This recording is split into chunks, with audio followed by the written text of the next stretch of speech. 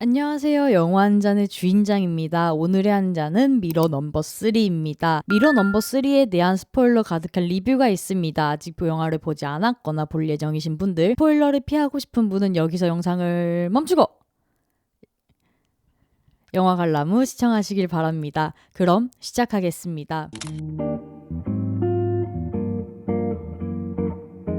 미러 넘버 3는 앞에서 리뷰한 피닉스와 같은 감독입니다. 크리스티안 페촐트 감독인데요. 사실 감독의 영화는 피닉스로 알게 되었습니다. 그때 당시에 저는 이제 반전 영화주 위주로 찾아보고 있었는데 그중에 피닉스가 있는 거예요. 근데 찾아볼 수 있는 OTT나 그런 것이 없어서 학교 시청각 자료실이라고 해야 되나? 이제 도서관에 그런 곳이 있었거든요. 거기서 빌려가지고 본 기억이 있습니다. 안타깝게도 그 다음에 이 감독의 영화를 잊고 있다가 이번 부국제를 계기로 다시 생각이 났는데요. 부국제에서 미러 넘버 3가 많은 사람들의 기대작인 거예요. 그래서 감독 이름을 보고 어디서 봤더라?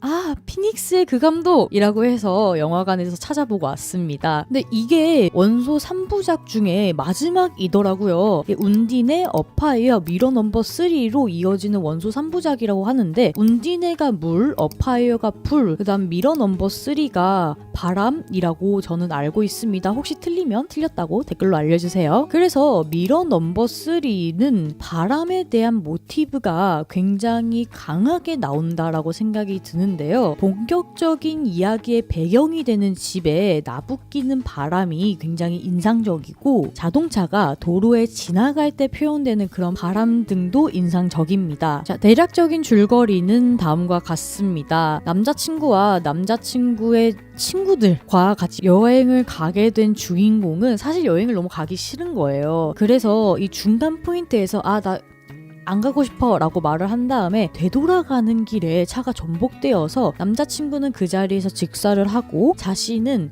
등에 상처를 입은 채 어떤 중년의 여인에게 구해지게 됩니다. 로라는 중년 여성인 베티에게 이상한 안정감을 느끼게 되고 자신이 다 회복할 때까지 그녀의 집에 머물게 됩니다. 그러면서 베티의 가족 사이에 숨겨진 불안과 균열이 서서히 드러나는 게 영화의 줄거리인데요. 여기서 눈여겨볼 것이 베티의 가정에 로라라는 인물이 삽입하면서 오히려 가족의 근본적인 문제를 보게 한다는 것입니다. 그 시골집에 로라가 머물면서 기묘하게 반응하는 베티의 가족들, 그럼에도 불구하고 그 속에서 안정감을 찾는 로라의 심리, 이것을 굉장히 잔잔하게 보여주기 때문에 사실 좀 지루할 수도 있지만 저는 오히려 이 부분 때문에 몰입감이 있었습니다. 그래서 드러나는 베티 가정의 숨은 진실은 그곳에는 자살한 여동생이 있었다라는 것이고 로라는 자살한 여동생의 역할로 베티가 생각한다는 것과 자살한 여동생의 옷을 입었다는 것을 로라가 알게 되면서 떠나게 되고 베티의 가족은 로라가 있었기 때문에 함께 마주한 근원적인 상처를 바람에 흘러보내면서 안정을 찾습니다. 로라 또한 아빠가 데리러 오고 그녀도 전의 가정에 돌아오면서 전보다는 안정감 있는 생활을 하게 됩니다. 그래서 베티의 가족과 로라 이렇게 따로따로 보게 된다면 베티의 가족 같은 경우는 원래부터 분열돼 있었어요. 엄마와 그다음에 아빠, 아들 이런 식으로. 근데 아빠와 아들은 엄마보다는 조금 이렇게 같이 사니까 조금 더